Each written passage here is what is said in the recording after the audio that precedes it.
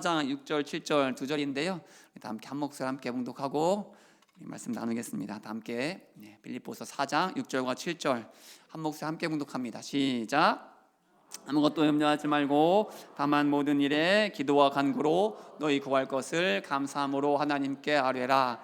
그리하면 모든 지각에 뛰어난 하나님의 평강이 그리스도 예수 안에서 너희 마음과 생각을 지키시리라. 아멘. 감사로 아뢰라 라는 제목을 함께 은혜 나누기 원합니다. 혹시 제가 설교 때 한번 언급했던 일본의 한 시인을 기억하실지 모르겠습니다. 사진 한번 띄워주시죠.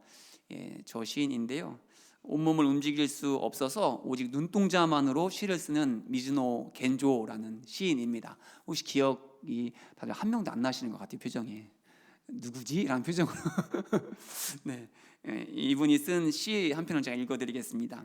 자신의 힘으로는 움직일 수 없다고, 살 수 없다고 깨달은 순간 나를 굳게 붙잡고 계시는 그리스도의 사랑의 팔이 확실히 보이기 시작했다라는 시입니다.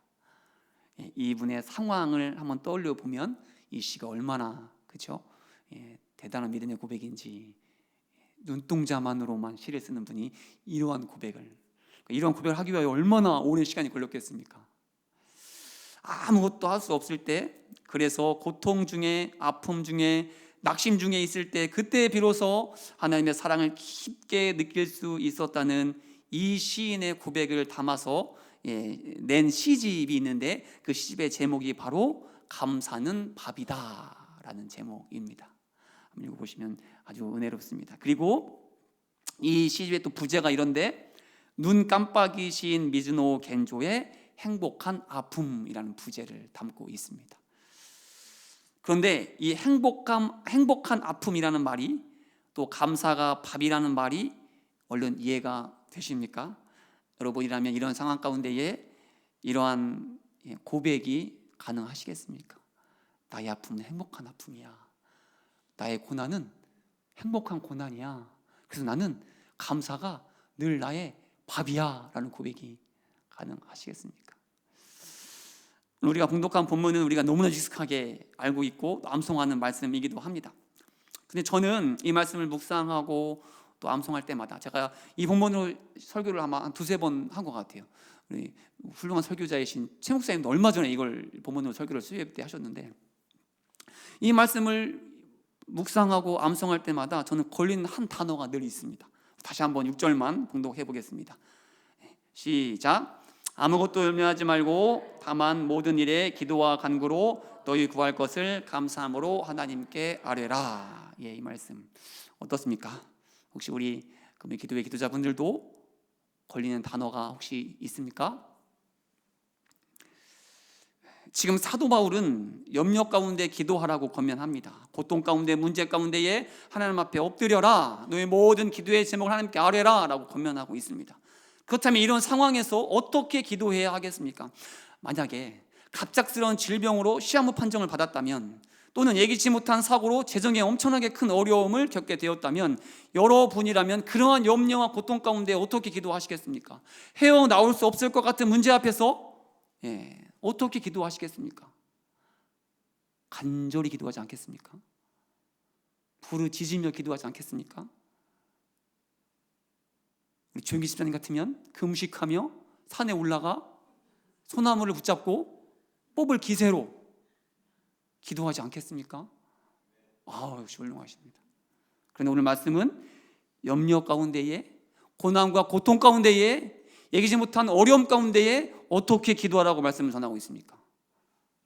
6절 다시 한번 봉독하시죠. 시작. 아무것도 염려하지 말고 다만 모든 일에 기도와 간구로 너희 구할 것을 감사함으로 하나님께 아뢰라. 간절하게도 아니고, 금식하면서도 아니고, 소나무를 붙잡고 흔들면서도 아니고, 어떻게 해요? 감사함으로 아뢰고 감사함으로 구하라. 저는 오늘 이 밤이 우리도 우리의 구할 것을 감사함으로 아뢰는 우리 모두가 될 수 있게 축복합니다. 염려로 불안하고 문제로 두려울지라도, 아무리 사방이 우겨쌈을 당해서 앞이 캄캄한 상황일지라도, 이 밤 우리는 감사로 주님 앞에 서는 우리 모두가 될 수 있기를 축복합니다. 자, 그렇다면 그럼에도 사도 바울이 감사로 하나님께 아뢰라고 말씀하는 이유는 무엇일까요? 첫 번째는 하나님이 나의 어떠한 기도도 들어주시는 분이시기 때문입니다. 하나님은 나의 어떠한 기도도 들어주시는 분이기 때문이죠. 혹시 여러분 중에는 뒷담화를 해보신 분은 다 안 계시죠? 다들 앞담화 하시잖아요. 그렇죠? 뒷담화 안 하시고.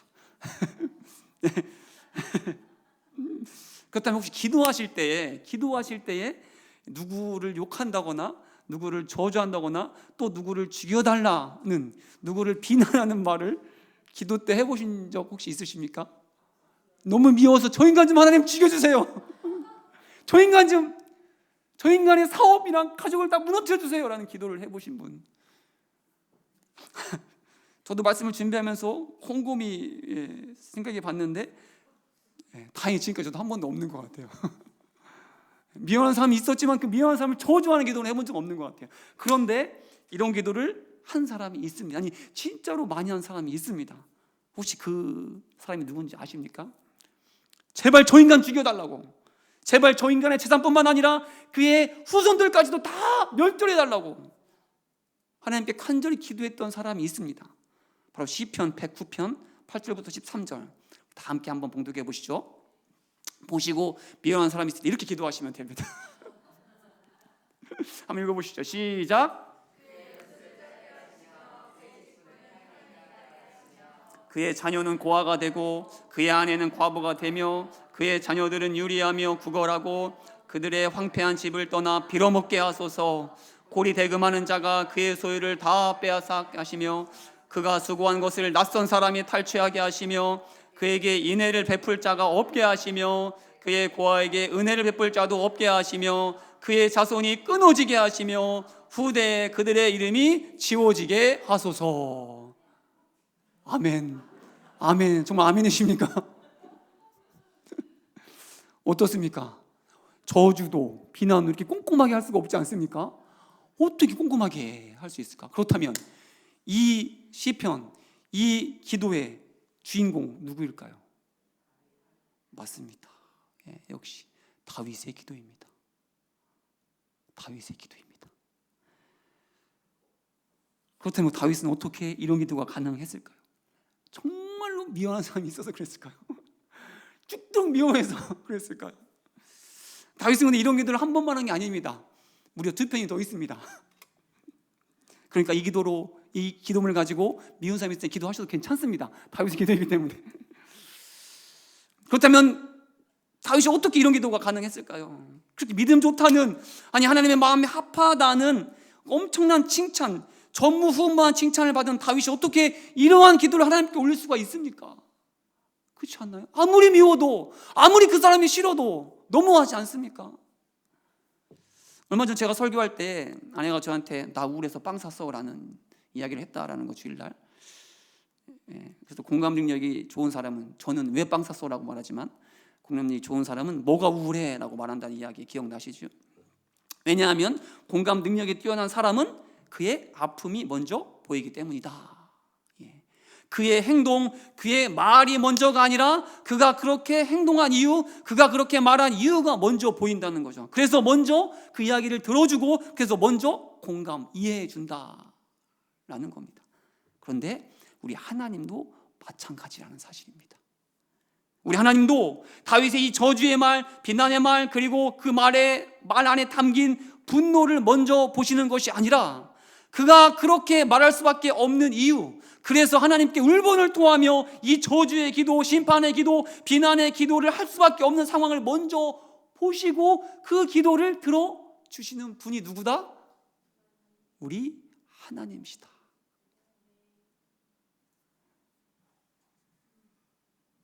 그리고 다윗도 하나님께서는 자신의 그 어떠한 기도도 다 들어주시는 분이라는 사실을 알았기 때문에 자신의 그 어떠한 하소연도, 자신의 그 어떠한 불평과 원망도, 한탄의 말까지도, 심지어 고통 중 부르짖는 저주와 비난의 말까지도 다 들어주시고 이해해 주시는 분이 바로 우리 하나님이시다라는 사실을 알고 믿었기 때문에 주님 앞에서 자신의 모든 마음을 다 토로할 수 있었던 겁니다. 또한 다윗은 우리에게도 사람이 아니라 그 하나님께 나아가라고 이렇게 권면하죠. 우리 시편 62편 8절인데 다 함께 봉독합니다. 시작. 백성들이 그를 의지하고 그의 앞에 마음을 토하라. 하나님은 우리의 피난처시로다. 아멘이십니까? 그렇습니다. 살면서 나의 아픔을, 나의 고통을, 나의 눈물을 다 알고 이해해주고 그래서 품어주는 사람이 있다는 것이 얼마나 감사한 일입니까? 부부가 계시면 편 바라보시죠. 부부가 계시면 우리 옆에 계신 그 남편이 아내가 그 한 사람입니까? 차마 김혜윤 집사님 차마 바라보질 못하시는데 이러시면 안 됩니다. 집사님 바라보셔야 됩니다. 정희 집사님 바라보시죠. 그 한 사람. 왜 권사님이 안 쳐다보시는 거예요? 바라보셔야죠. 나의 어떠한 말도, 나의 어떠한 행동도 다 이해해주는 사람, 다 공감해주는 사람, 그래서 가만히 들어주는 한 사람이 있다는 것이 어찌나 감사한 일이 아닐 수가 있겠습니까? 그런데 오늘 다윗은, 그리고 사도 바울은 그 한 사람이 나의 아내, 나의 남편이 아닐지라도 그 한 분이 누구라고 말씀하십니까? 바로 우리 하나님이시다. 우리 하나님이시다. 그러니 있는 모습 그대로 하나님 앞에 나아가라고, 체면 차릴 필요도 없이 또 많은 말을 할 필요도 없이 외만이 절규일지라도, 심지어 다윗처럼 저주와 한탄과 비난의 기도일지라도 하나님 앞에서는 다 괜찮다라고 사도 바울이 우리에게 알려주고 있는 겁니다. 오늘 이 밤도 우리의 그 어떠한 기도도 다 들어주신 하나님께 있는 모습 그대로 아우르는 우리 모두가 될 수 있기를 축복합니다. 다윗의 권면처럼 우리의 마음을 하나님 앞에 있는 그대로 다 토로하는 자가 될 수 있길 축복합니다. 그럴 때 하나님께서 이렇게 말씀해 주실 겁니다. 그래, 김권사, 내가 네 마음 다 안다. 송권사, 내가 네 아픔 다 이해한다. 황집사, 내가 네 아픔 다 안다. 이렇게 말씀해 주시고 위로해 주시고 공감해 주시는 그 하나님을 만나게 될 줄 믿습니다. 사도 바울이 감사로 하나님께 아뢰라고 말씀하는 두 번째 이유는 무엇일까요? 하나님은 나의 어떠한 기도에도 응답해 주실 능력이 하나님께 있기 때문입니다. 듣기만 하시는 분이 아니라 들으시고 응답하실 능력이 하나님께 있다라는 사실이죠. 지난주일 설교 말씀을 통해 나누었던 나사로를 살리신 예수님께서 하나님께 기도하는 장면이 있는데 요한복음 11장 41절 화면 보시고 다 함께 봉독합니다. 시작. 아버지여, 내 말을 들으신 것을 감사하나이다. 이렇게 기도하십니다. 또 지난주 금요 기도회 때 제가 반복의 힘이라는 제목으로 나누었던 다니엘 역시 위기 속에서 하나님께 이렇게 기도하는데 다니엘 6장 10절도 다 함께 봉독합니다. 시작. 다니엘이 이 조서에 왕의 도장이 찍힌 것을 알고도 자기 집에 들어가서는 윗방에 올라가 예루살렘으로 향한 창문을 열고 전에 하던 대로 하루 3번씩 무릎을 꿇고 기도하며 그의 하나님께 감사하였더라. 아멘. 자, 그렇다면 예수님의 기도와 다니엘의 기도의 공통점이 한 가지 있는데 혹시 보이십니까? 네, 맞습니다. 아주 잘 따라오십니다. 훌륭하십니다. 먼저 감사로 기도하십니다. 아무 일도 일어나지 않았는데 예수님께서는, 그리고 다니엘은 감사로 먼저 기도하십니다. 왜 그렇겠습니까? 감사로 기도할 수 있는 이유가 무엇이겠습니까? 바로 이들에게는 확고한 믿음이 있었기 때문입니다. 그 어떤 것으로도 흔들 수 없는 굳은 믿음이 이들에게 있었기 때문입니다. 어떤 믿음이겠습니까? 우리 하나님은 나사로를 살려내실 능력이 있는 분이시다. 아멘이십니까? 우리 하나님은 어떤 위기와 고난 속에서도 건져주실 능력, 그곳이 풀무불이든 그곳이 사자굴이든 상관없이 우리 하나님께서는 지켜 보호해 주실 능력이 있다는 그 믿음이 있었기 때문에, 그래서 간구할 때에, 기도할 때에, 부르짖을 때에 반드시 응답해 주시는 능력이 하나님께 있다는 믿음이 이들에게 있었다라는 사실입니다. 그러니 당장은 아무 일도 일어나지 않을지라도 먼저 감사로 기도할 수 있었던 겁니다. 그래서 염려 속에서도 고난 중에서도 오히려 감사로 하나님 앞에 엎드릴 수 있었던 거죠. 상황과 상관없이 지금 아무 일도 일어나지 않을지라도 그 믿음이 있을 때에 오늘 우리도 이 믿음으로 이 자리에 오신 줄 믿습니다. 나사로를 살신 능력이 하나님께 있다는 그 예수님의 믿음, 사자 굴에서도 건져주실 능력이 우리 하나님께 있다는 그 다니엘의 믿음으로 이 자리에 오신 줄 믿습니다. 그렇다면 우리도 감사로 하나님께 아뢰는 이 밤 될 수 있기를 축복합니다. 앞으로 행하신 하나님의 역사를 믿음의 눈으로 미리 보며 먼저 하나님을 찬양하며 먼저 하나님께 감사로 영광 돌려드리는 우리가 될 수 있기를 축복합니다. 그럴 때 우리의 기도에 신실하게 응답하신 하나님, 죽은 자도 살리시고 사자 굴에서도 건져주신 하나님을 오늘 이 밤 평생의 삶 가운데에 만나게 되실 줄 믿습니다. 오늘이 그 밤 되길 간절히 축복합니다.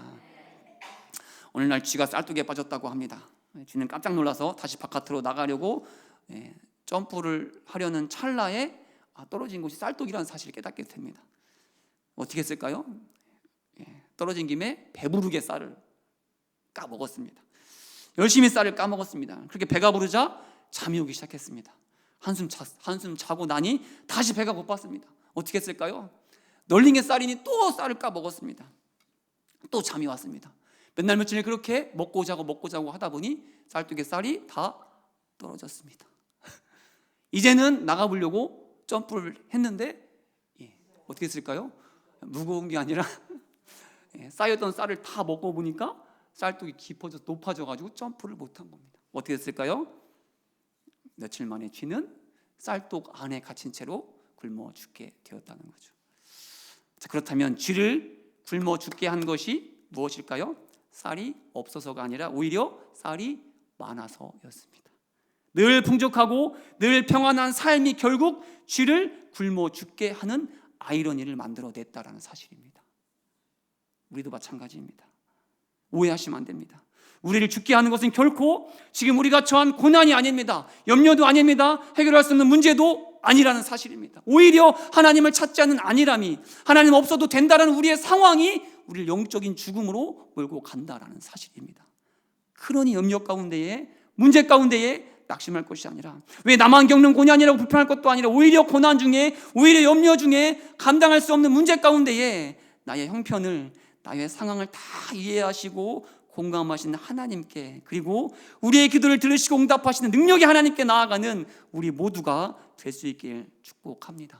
그래서 오히려 감사로 하나님 앞에 서는 우리 모두가 될 수 있길 축복합니다. 오히려 감사로 하나님을 찬양하는, 오히려 감사로 하나님께 기도하는 우리 모두가 될 수 있길 축복합니다.